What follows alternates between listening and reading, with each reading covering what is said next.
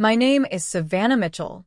I'm 28 years old, and I thought I knew what betrayal felt like until that Friday night in Aspen. Have you ever walked into the wrong room and discovered your entire life was a lie? Well, I did. And what I found destroyed me in ways I never imagined possible. I work as a marketing executive in Denver. Good job, nice apartment, perfect fiancé. At least, that's what I believed for 3 years. Marcus proposed 6 months ago with a ring that cost more than my car. We were living the dream, or so I thought. This weekend was supposed to be our romantic couples retreat. 5-star luxury resort, mountain views, the works. Marcus booked everything. Said he wanted it to be perfect for us. The hotel clerk handed me the wrong key card. Room 412 instead of 421. Simple mistake, right? Wrong. That mistake changed everything. I slid the card into the door, excited to surprise Marcus with the champagne I'd bought. The lock clicked green. I pushed the door open with a smile. What I saw next ripped my heart right out of my chest. There was Marcus. My Marcus. The man I was supposed to marry in 4 months. He was on the bed with someone else. Not just anyone else. My best friend Delilah. They were kissing like their lives depended on it. Her hands tangled in his hair. His hands where they should never be. On my best friend. The woman who helped me pick out my wedding dress. I stood frozen in that doorway, champagne bottles slipping from my hands. It hit the carpet with a soft thud. They didn't see me. They didn't hear me. They were too busy destroying my world. Do you know someone who's been betrayed by the 2 people they trusted most? Because I just became that person. My brain screamed at me to run, to cry, to scream. But something else took over. Something cold and calculating. I backed out of that room silently, closing the door with shaking hands. My heart pounded so hard I thought it might explode. But here's the thing that chilled me to the bone. As I stood in that hallway, trying not to collapse, I heard Delilah's voice through the door. When are you going to tell Savannah about us? I pressed my ear against that door, my whole body trembling. Has something like this ever happened in your community? When the 2 people you trust most become the 2 people who hurt you deepest. Marcus's voice came through clearly. After this weekend. I'll break up with her when we get back to Denver. My legs almost gave out. 3 years. 3 years of my life with this man. And he was planning to dump me after our romantic getaway. Let me take you back to how this all started. How I fell for the biggest lie of my life. I met Marcus at a coffee shop downtown. He was this charming lawyer with perfect teeth and expensive suits. Asked for my number while I was ordering my usual vanilla latte. Our first date was magical. Dinner at the nicest restaurant in the city. He paid attention to everything I said. Remembered details about my job, my dreams, my favorite flowers. For 3 years, he was perfect. Never forgot an anniversary. Surprised me with weekend trips. Introduced me to his family, like I was the most precious thing in the world. And Delilah? She'd been my best friend since college. We told each other everything. She was my maid of honor. We spent hours planning my wedding, picking colors, tasting cakes. She knew how much I loved Marcus. She listened to me gush about our future kids, our dream house, our perfect life together. Now I know why she always seemed uncomfortable when I talked about the wedding. Why she changed the subject when I brought up Marcus. Standing in that hallway, pieces started falling into place. All those times Marcus was working late. All those times Delilah canceled our girls' nights at the last minute. The way they avoided eye contact at parties. How they never seemed to talk to each other when I was around. How could I have been so blind? I thought about confronting them right then. Bursting through that door and screaming until my voice gave out. But something stopped me. Maybe it was the lawyer in me from all those legal dramas I watched. Maybe it was pure survival instinct. Either way, I made a decision that would change everything. If they wanted to play games with my heart, I was going to play games with their lives. But first, I needed to know exactly how deep this betrayal went. Have you ever felt rage, so pure it made you feel powerful instead of weak? That's exactly what happened to me in that moment. I walked back to the lobby, my mind spinning with possibilities. The same desk clerk who gave me the wrong key was still there. Perfect. Excuse me, I said sweetly. I think there might be some confusion with the room keys. My fiancé and I have separate rooms booked for a surprise, but I want to make sure everything's correct. She pulled up our reservation. Let me see. Marcus Thompson, room 412. Savannah Mitchell, room 421. And, she paused, Delilah Hayes, room 418. My blood turned to ice. Delilah had her own room. She was supposed to be visiting her sister in Portland this weekend. That's what she told me. Could you tell me when Miss Hayes checked in? I asked, keeping my voice steady. Yesterday evening, same time as Mr. Thompson. They planned this.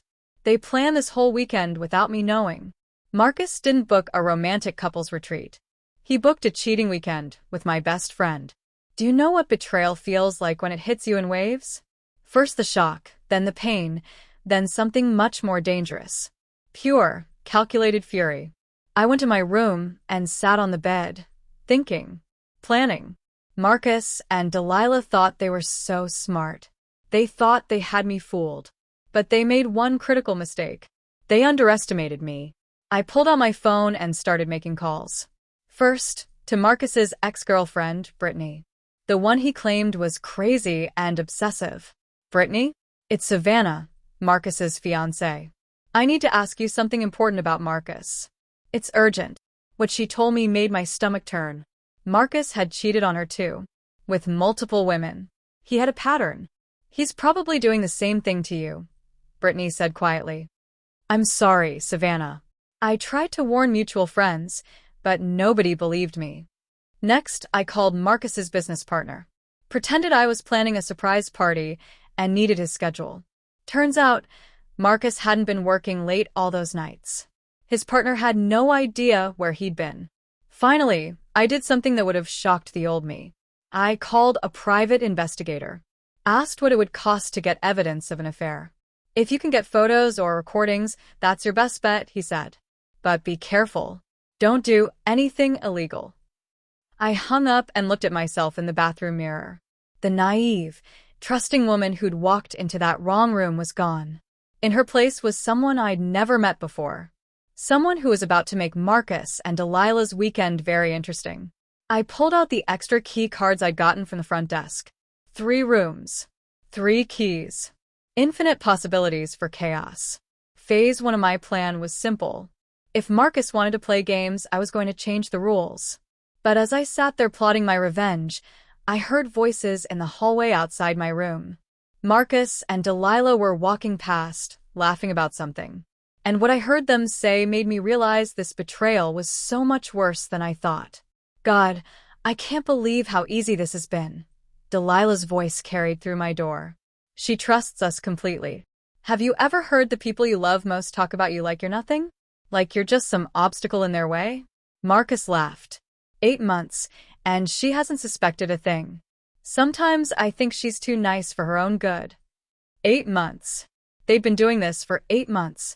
I grabbed my phone and started recording, pressing it against the door. If they wanted to confess, I was going to make sure I had proof. Your apartment is perfect for this, Marcus continued. Savannah never just drops by without calling first. My apartment. They'd been using my apartment. The place I paid for, where I kept my grandmother's jewelry, my personal photos, my entire life. I almost felt bad when she asked me to be her maid of honor, Delilah said. Almost. Don't feel bad now, Marcus replied.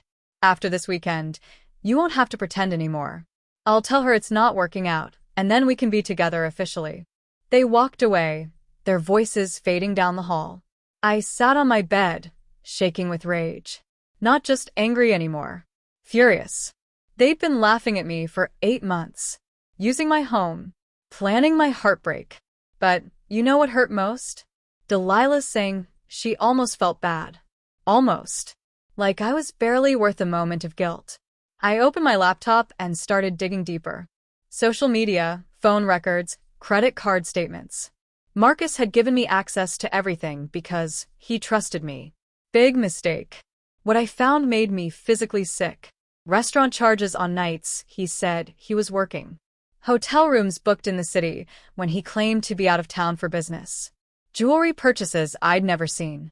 He'd bought Delilah a necklace for Valentine's Day. The same week he gave me roses and promised I was the only woman he'd ever love. Then I found something that changed everything. Marcus had been texting other women too.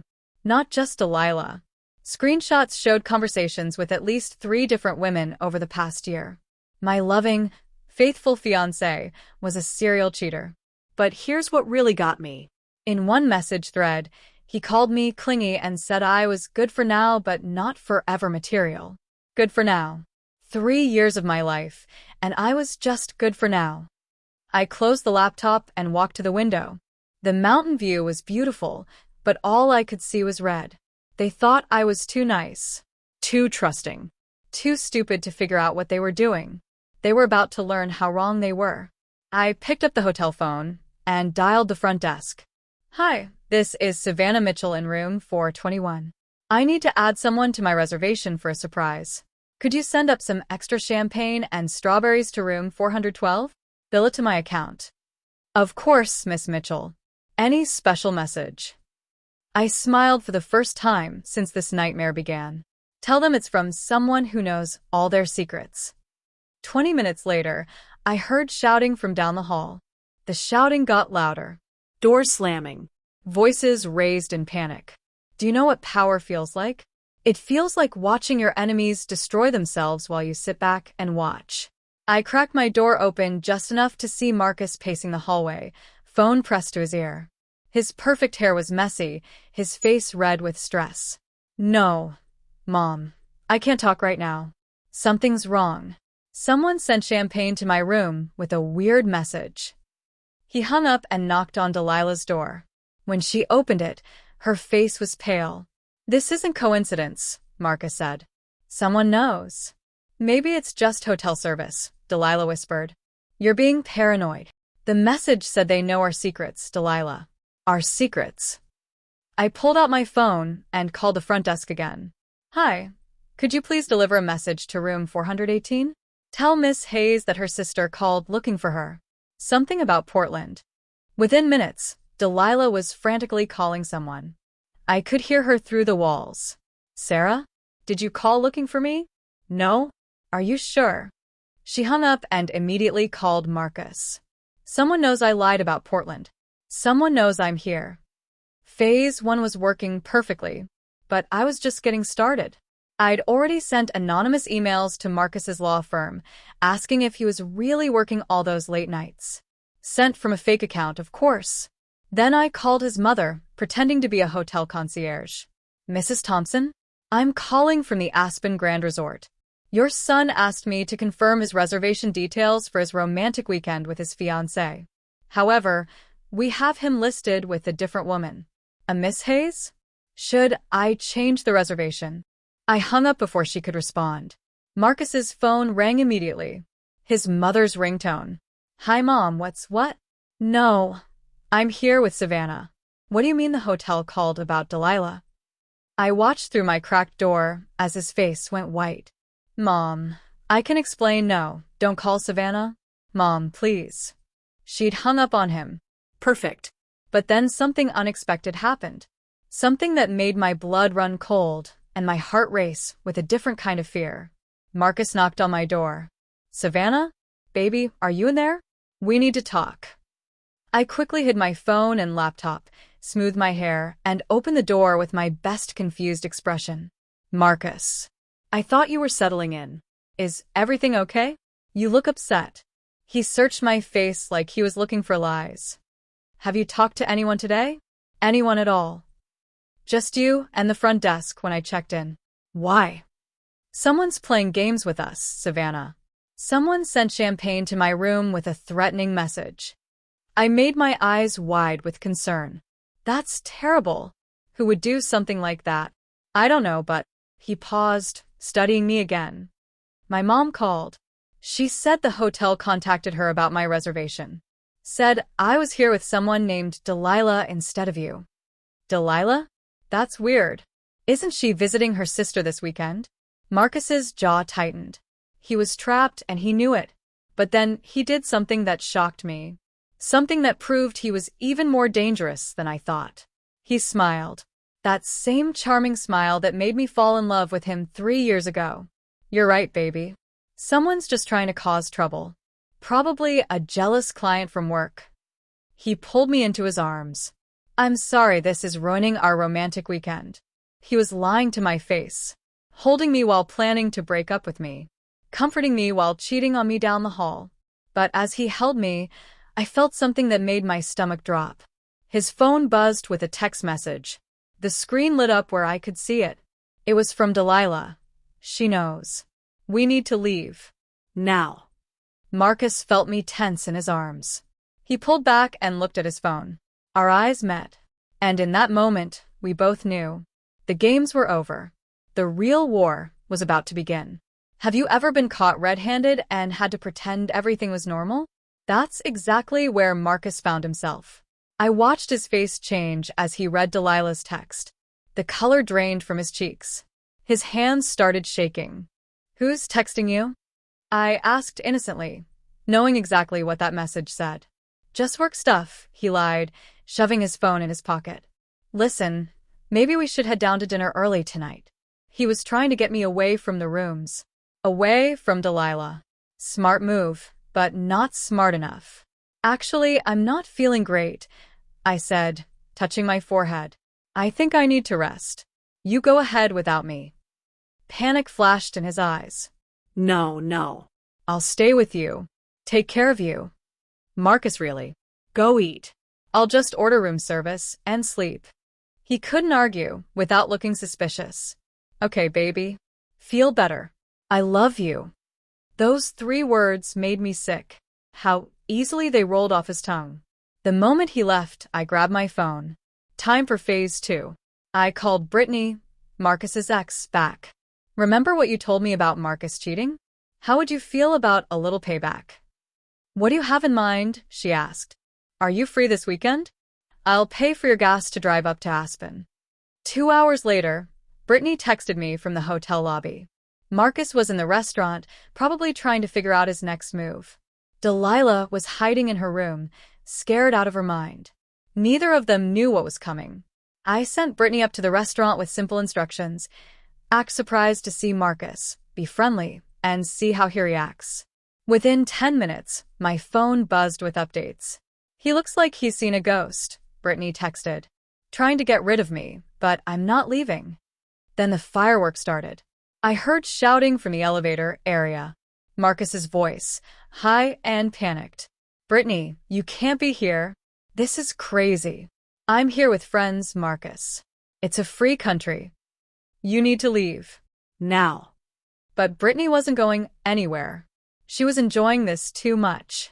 20 minutes later, Marcus burst into my room without knocking. Savannah, Brittany's here. My crazy ex is here, and she's causing problems. I sat up in bed, looking confused.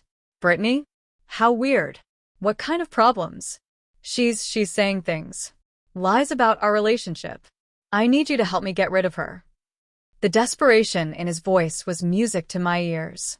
But then something happened that I didn't expect. Delilah appeared in my doorway behind Marcus, tears streaming down her face. Savannah, she said, her voice breaking. We need to talk.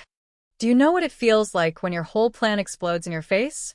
When the person you're hunting decides to surrender. Delilah pushed past Marcus and sat on my bed, sobbing. I can't do this anymore, she cried. I can't keep lying to you. Marcus grabbed her arm. Delilah, don't. We talked about this. She shook him off. No, Marcus. This is wrong. This has always been wrong. I stared at both of them, my heart pounding. This wasn't how I planned it. Delilah was supposed to keep lying, so I could destroy them both. What are you talking about? I asked, even though I knew exactly what she meant. Marcus and I.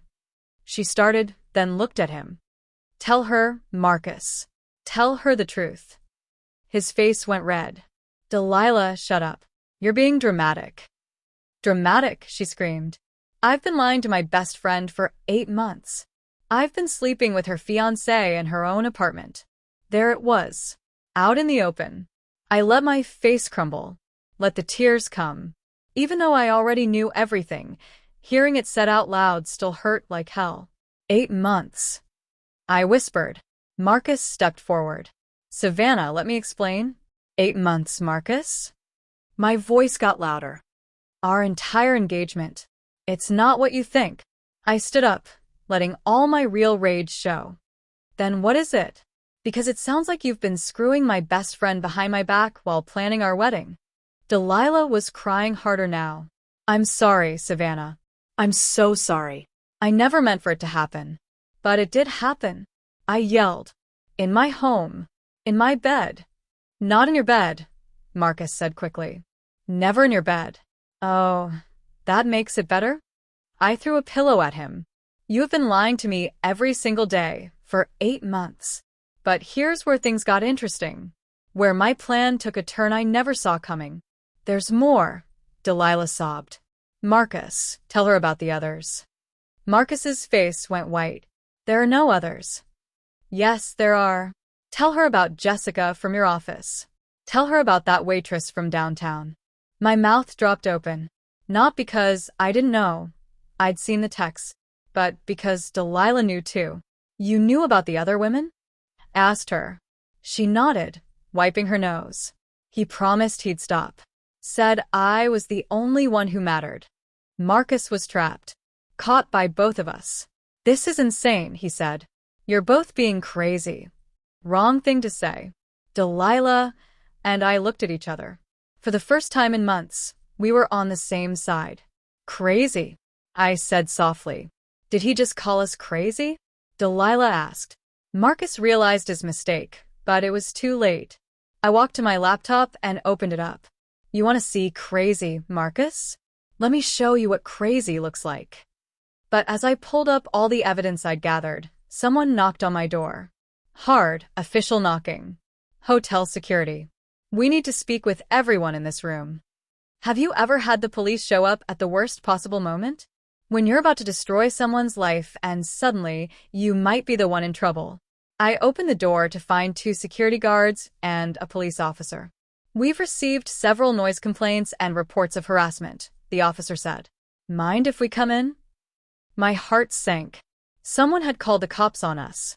Marcus immediately switched into lawyer mode. Officer, this is just a misunderstanding between my fiancé and me. And you are? The officer asked Delilah. She looked like a deer caught in headlights. I'm their friend. Actually, I said, finding my voice, she's the woman my fiancé has been cheating on me with for 8 months. The officer raised an eyebrow. I see. Well, regardless of your personal issues, we've had reports of someone harassing guests, making threatening phone calls. My stomach dropped. They knew about my calls. Someone's been calling other guests' family members, the security guard continued, making false claims, causing distress. Marcus looked confused, but Delilah was staring right at me. Savannah, she said quietly. What did you do? I could lie. I could deny everything. But sitting there, looking at Marcus's smug face, I realized something. I was tired of lying. I called his mother, I said. I wanted her to know what kind of son she raised. Savannah. Marcus exploded. You called my mother? And your business partner. And your ex-girlfriend, who's downstairs right now telling everyone what a cheater you are.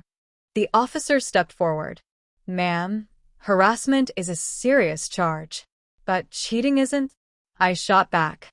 He's been using my apartment to sleep with other women. He's stolen 8 months of my life with lies. That's not illegal, the officer said gently. But making threatening calls is. Marcus smiled.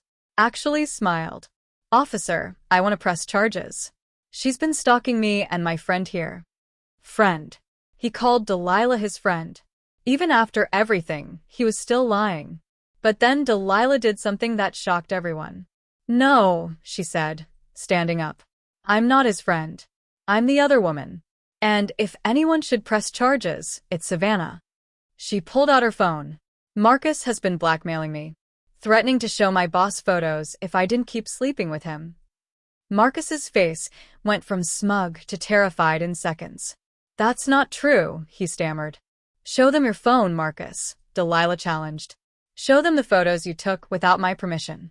The officer's expression hardened. Sir, I'm going to need to see your phone. But Marcus was already backing toward the door. I don't have to show you anything without a warrant, he said. Smart lawyer. Stupid criminal. Because what Marcus didn't know was that I'd been recording everything on my laptop. And what I captured next would destroy him completely. As he reached for the door handle, he turned back to me with pure hatred in his eyes. You're going to regret this, Savannah. I'll make sure you regret this. The officer stepped forward. Sir, was that a threat? But before Marcus could answer, my laptop started playing back our entire conversation. His voice, clear as day. I'll make sure you regret this. Do you know what happens when a liar gets caught with proof they can't deny? They either confess or they fight dirty. Marcus chose to fight dirty. That recording is illegal, he shouted at the officer. She can't use that against me. The officer looked at me. Ma'am, were you recording without consent? My heart pounded. In Colorado, you need permission to record someone. I could be in serious trouble. But then Delilah saved me. I gave her permission. She lied smoothly. I asked her to record everything for evidence. Marcus spun around. You what? I've been trying to get away from you for weeks, Marcus. You threatened to ruin my career if I left you. Savannah's been helping me.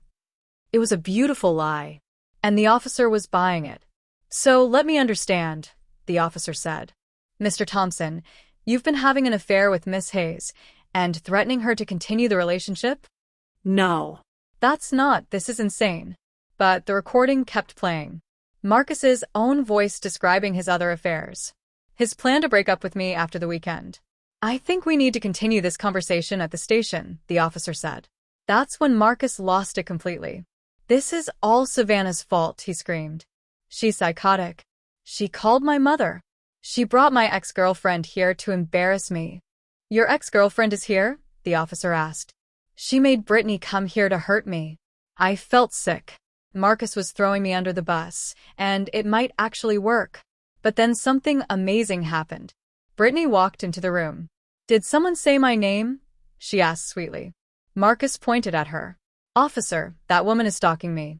Savannah paid her to come here. Brittany laughed. Actually, I'm here with my new boyfriend for a romantic weekend. I had no idea you'd be here, Marcus. She pulled a tall, handsome man into the room. This is Jake. We've been planning this trip for months. Marcus's mouth fell open. That's not. Not what? Brittany asked. Not true? Just like how it wasn't true when you told Savannah I was crazy. She turned to me. Savannah, I'm so sorry this happened to you. Marcus did the same thing to me 2 years ago. The officer was taking notes now. So, you're saying Mr. Thompson has a pattern of this behavior? 3 girlfriends that I know of, Brittany said. Same story every time. Cheats, lies, then calls the woman crazy when she finds out. Marcus was trapped.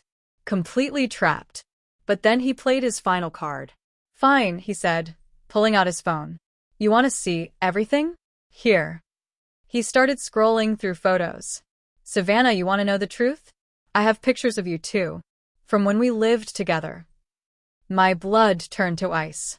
Intimate pictures, he continued, smiling cruelly. And I'll post them everywhere if you don't drop this right now. The room went silent.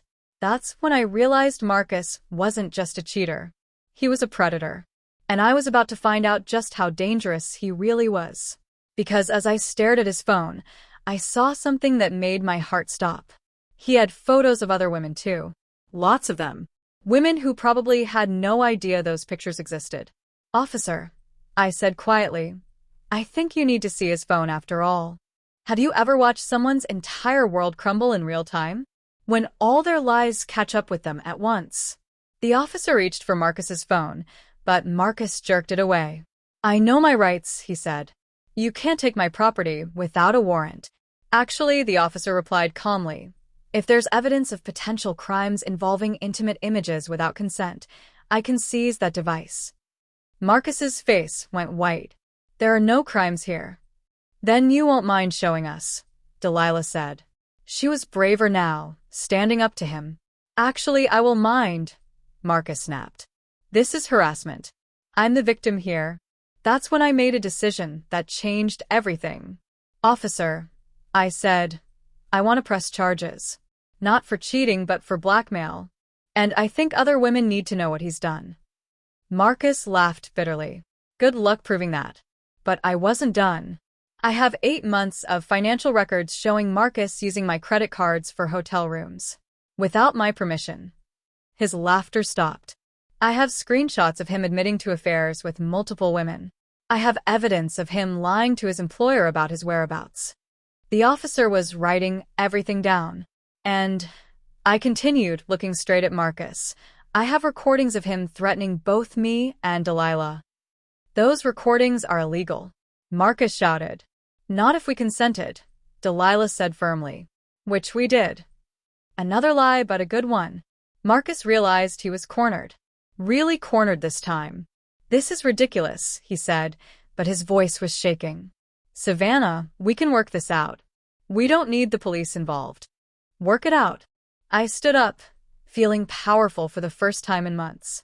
You mean like how we worked out your affair? Like how we worked out you using my apartment to cheat on me? I never meant to hurt you. But you did hurt me. For 8 months. Every day. Delilah joined me. And you threatened my job. My reputation. My whole life. The officer looked at Marcus. Sir, I'm going to need you to come with me for questioning. That's when Marcus did something desperate. He turned to me with tears in his eyes. Real tears. Savannah, please. I love you. I made mistakes, but I love you. For just a moment, my heart wavered. 3 years of love don't disappear instantly.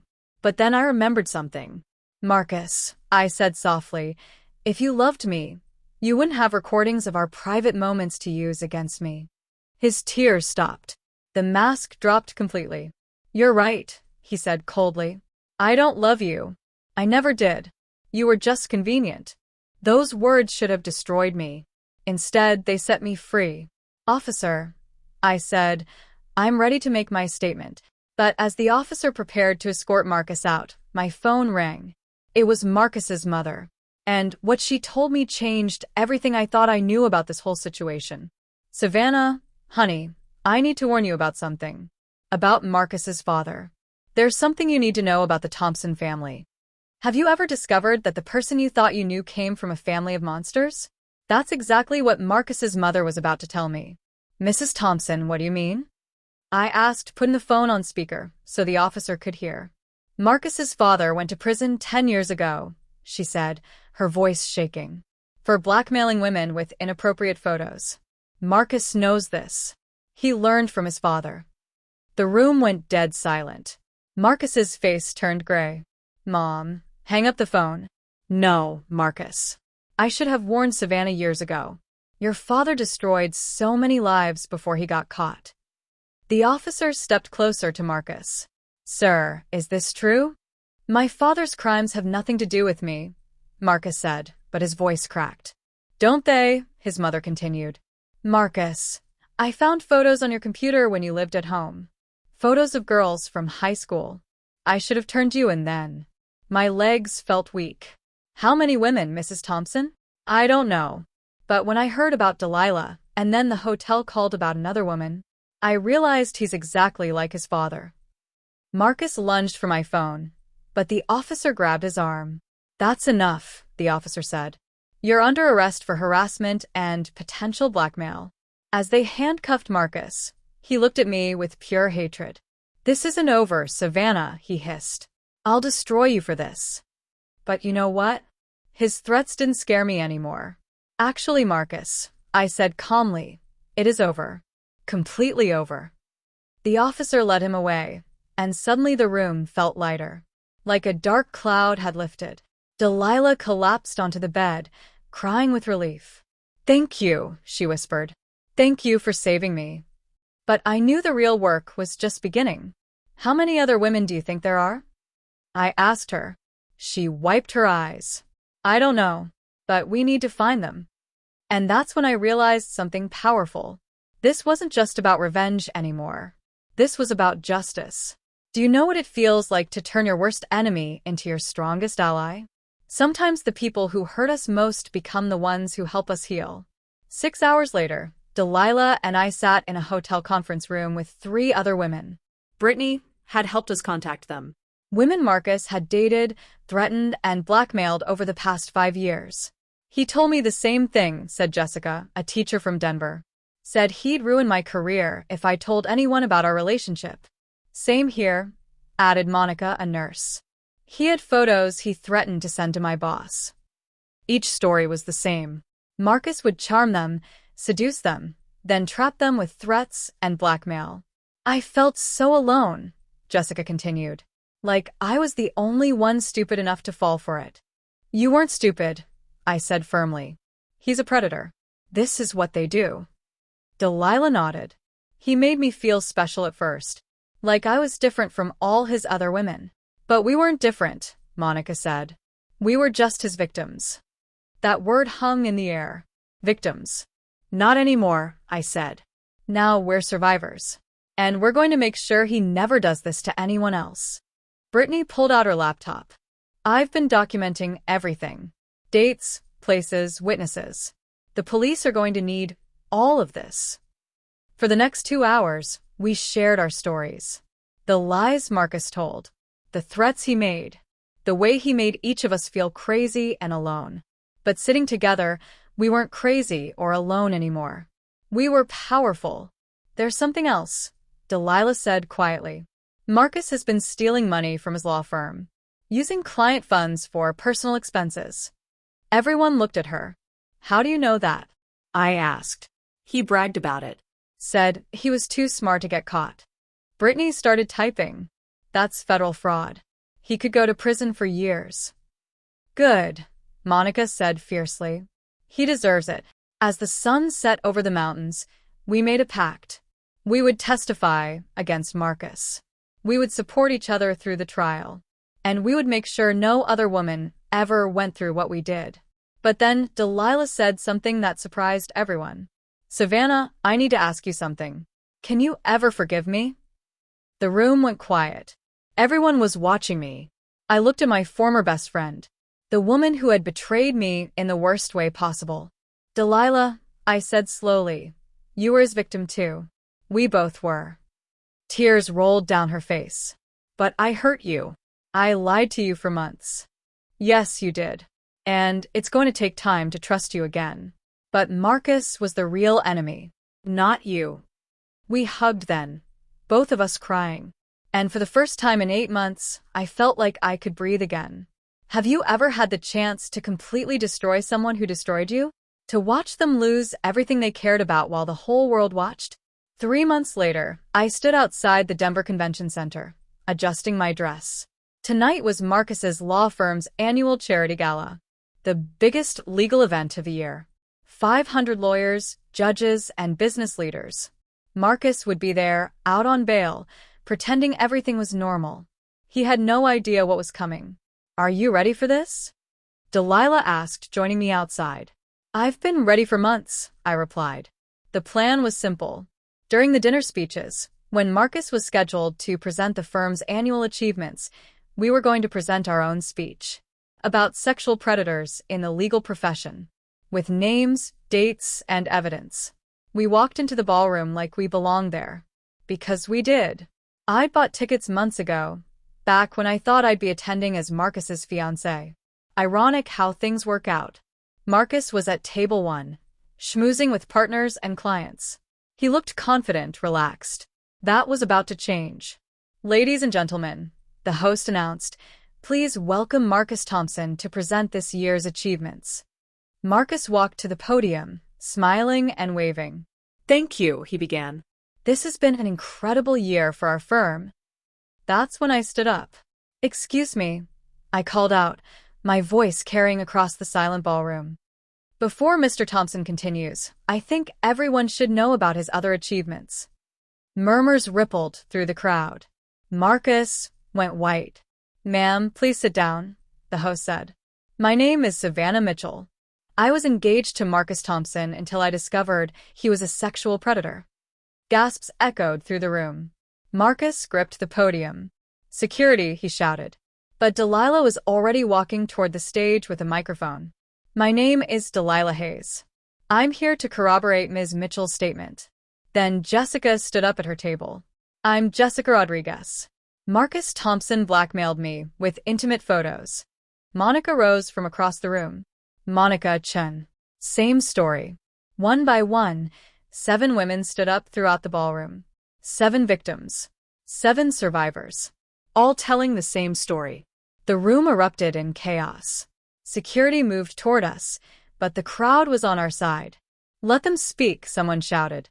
"We deserve to know the truth." Marcus tried to run, but hotel security blocked his path. "You're all lying," he screamed. "This is a setup." That's when the police walked in.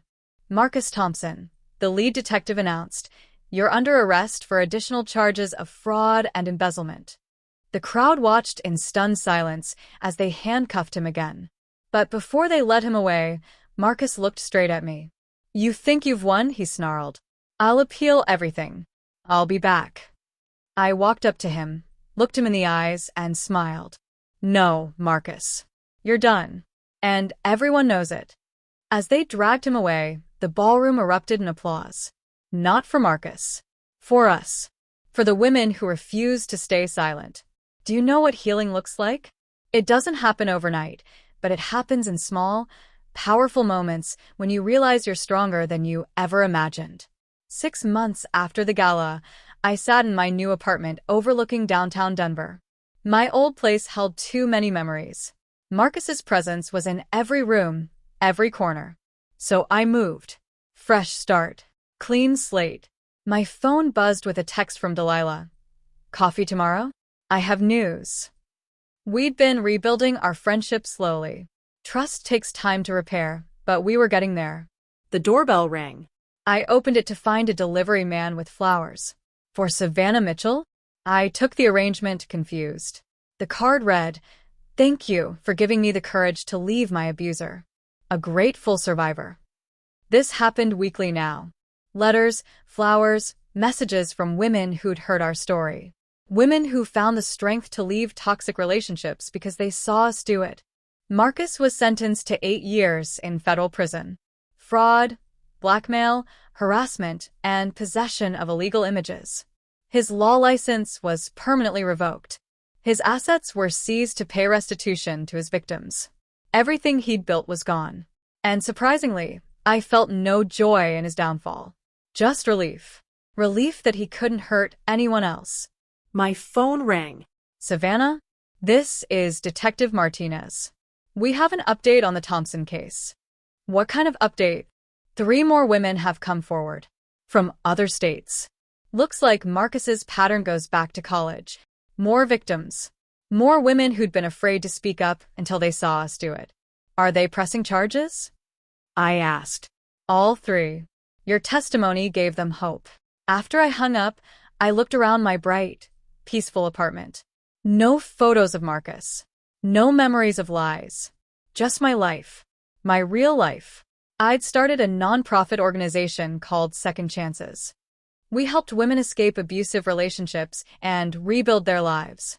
Delilah worked with me part-time, using her marketing skills to spread awareness. Even Brittany volunteered, sharing her story to help others. We'd turned our pain into purpose.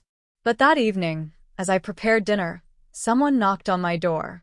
I looked through the peephole and froze. It was Marcus's mother, holding an envelope. My heart raced. What could she possibly want? I opened the door cautiously. "Mrs. Thompson?"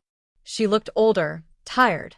"Savannah, I'm sorry to bother you, but I have something that belongs to you." She handed me the envelope. "It's from Marcus. A letter he asked me to give you. A letter from prison. From the man who destroyed my trust in love itself. Have you ever wondered if the worst thing that happened to you is actually the best thing that could have happened? Sometimes our biggest betrayals lead to our greatest victories." I stared at that envelope for 3 days before opening it. Part of me wanted to throw it away, to never think about Marcus again. But curiosity won. The letter was handwritten on plain white paper. "Savannah, I know you probably hate me. You have every right to. I destroyed us. I destroyed you. I destroyed myself. Prison gives you a lot of time to think about the people you've hurt.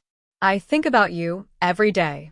Not because I want you back, I know that's impossible, but because you saved me from becoming my father. If you hadn't stopped me, I would have kept hurting people. Maybe for decades, like he did. You were brave enough to fight back when I thought you were too weak to fight at all. I was wrong about everything, but mostly I was wrong about you. You're the strongest person I've ever known. I hope someday you can forgive me. Not for me, but for you. Because you deserve to be free of the anger I caused. Take care of yourself, Savannah. You deserved so much better than me. Marcus. I read it twice, then put it down. He was right about one thing. I did deserve better. And I'd found it. Not in another man, though I was dating someone wonderful now. A kind teacher named David who treated me like I mattered. I found it in myself, in my strength, my courage, my ability to turn pain into power. My phone rang. It was Jessica. Savannah, did you see the news? Another woman came forward because of our story. Marcus is getting 5 more years added to his sentence. I smiled. Good. That's really good. After we hung up, I walked to my balcony and looked out over the city. Somewhere out there were women in relationships like I'd been in. Women being lied to, manipulated, threatened. But maybe, just maybe, our story would reach them. Give them hope. Show them they weren't alone. I pulled out the hotel key card I'd kept as a reminder. Room 412. The wrong room that led to the right path. That simple mistake, grabbing the wrong key, had saved my life. It saved me from marrying a criminal.